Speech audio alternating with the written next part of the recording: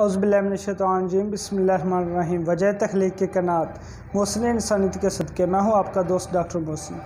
आज की इस वीडियो का टॉपिक है यूरिक एसिड।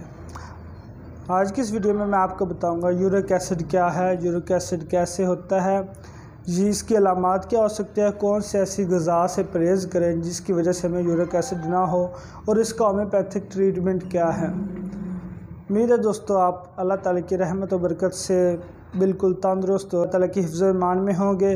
वीडियो शुरू करने से पहले आप हमारे चैनल को सब्सक्राइब करें, शुक्रिया। Number 1, uric acid. खून में पाया जाने वाला ये फुजला यूरिक एसिड कहलाता है। जब जिस्म केमिकल्स को तोड़ता है तो इस तोड़ने के अमल को पोरीन कहते हैं।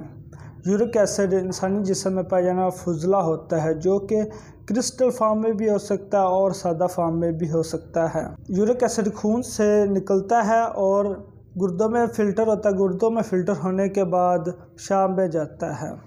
यूरिक एसिड बनने की बड़ी वजह ग़िज़ा हो सकती है और मशरूबात ऐसे जो इंसानी सेहत के ख़िलाफ़ हैं, प्रोटीन्स और ज़्यादा मीठे वाले मशरूबात। अगर यूरिक एसिड को कंट्रोल ना किया जाए तो ये हाइपोसीमिया और इसके बाद गाउट की शक्ल यानी क्रिस्टल की शक्ल अख्तियार कर लेगा और इसको गिंठिया भी कहा जाता है। इसीलिए हमें यूरिक एसिड को जल्द अज जल्द कंट्रोल करना चाहिए।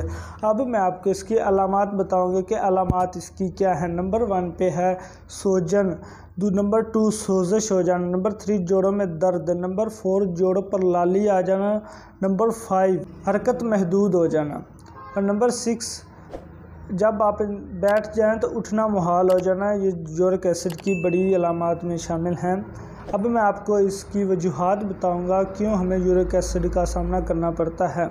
जब हम कोई ऐसी प्रोटीन्स वाली चीज़ें खा लेते हैं, दही वगैरह, अगर पनीर ज़्यादा खा ले जाए, इसकी मिकदार ज़्यादा खा ली जाए तो उसकी वजह से यूरिक एसिड हो सकता है, क्योंकि इन ऐसी मशरूबात और ऐसे ग़िज़ा में ऐसे केमिकल्स होते हैं जो इंसानी सेहत के नाक़िस होते हैं और वो क्रिस्टल फॉर्म अख्तियार कर लेते हैं और गुर्दों को फिल्टराइजेशन करने के बावजूद भी वो इंसानी जिस्म से खारिज नहीं होते, और जब वो खारिज नहीं होते तो वो मसाने में जमा होते रहते हैं और अक्सर औक़ात वो गुर्दों में भी पत्थरी का सबब बनते हैं। अब मैं आपको इसके नुकसानात के बारे में बताऊंगा। यूरिक एसिड के नुकसान क्या होते हैं।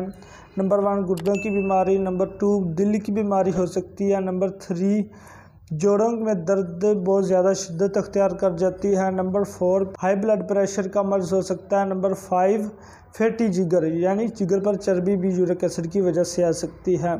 अब मैं आपको बताऊंगा कौन सी ऐसी ग़िज़ाएँ ना खाई जाएं जिसकी वजह से हम यूरिक एसिड से बच सकते हैं। नंबर 1 पर सुर्ख गोश्त, प्रोटीन सब्जियां, ऐसी सब्ज़ी जिनमें प्रोटीन बहुत ज़्यादा हो। नंबर 3 समुद्री ग़िज़ा, नंबर 4 काफ़ी, नंबर 5 मीठे मशरूब, ऐसे मशरूब जिनमें मीठा बहुत हद से भी ज़्यादा हो, और इसके साथ कोल्ड ड्रिंक्स वगैरह से भी परहेज़ करें।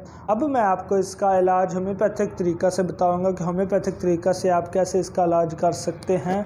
नंबर 1 पे है एसिड बेंजोनिक थाल्टी और नंबर 2 थ्लाप्सी थाल्टी।